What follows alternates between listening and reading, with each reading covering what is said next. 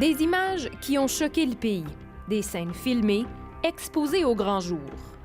Alors qu'à peu près tout le monde a une caméra à portée de main, faut-il équiper les policiers? C'est ce qu'a fait il y a 8 ans la police régionale de Kennebec-Assis. Nous utilisons les caméras depuis 2012. C'est le premier corps policier du Nouveau-Brunswick à exiger le port des caméras par ses 39 policiers. D'après moi, il y a beaucoup d'avantages. Il y a beaucoup de transparence avec le public. Quand il y a une plainte contre un policier, on peut réviser les vidéos et même montrer les vidéos aux membres du public. La conversation a lieu à travers du Canada. L'usage qu'elle en a fait a mené d'autres services policiers, comme celui de Fredericton, à emboîter le pas il y a 2 ans. C'est certainement pas la solution complète, mais je pense que ça aide à donner un aperçu de la situation. Si je peux en avoir une autre demi-douzaine ou 15 caméras corporelles, je pense que ça serait bien. Les enregistrements vidéo sont parfois utilisés pour corroborer le rapport des policiers. Ils servent aussi pour évaluer la conduite des agents. Et maintenant, nous sommes en train de remplacer toutes les caméras avec les éditions nouvelles. Le chef est si convaincu de la valeur ajoutée de ces caméras que son service est en train d'acquérir les modèles dernier cri.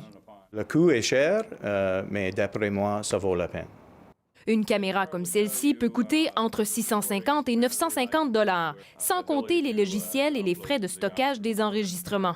Ce n'est pas une solution magique des problèmes que nous faisons maintenant dans la société et qui est maintenant discuté au public, mais je pense que ça offre beaucoup de valeur. Le nouveau système est entièrement synchronisé. Les vidéos se téléchargent automatiquement sans fil grâce à des moniteurs installés au poste de police.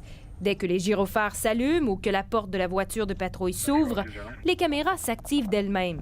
Mais ce ne serait pas une dépense d'argent judicieuse, à mon humble avis, là. Si l'idée refait surface au Canada depuis quelques semaines, cette spécialiste des affaires policières n'est pas convaincue que c'est la meilleure stratégie à adopter. À la lumière des études qui ont été effectuées au Canada, il n'y a pas de résultats emballants.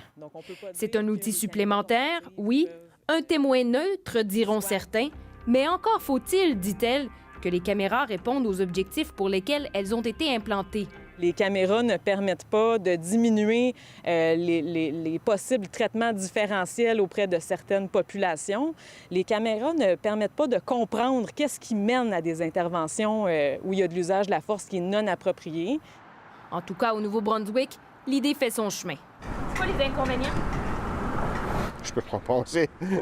Honnêtement, je peux pas en penser, les inconvénients.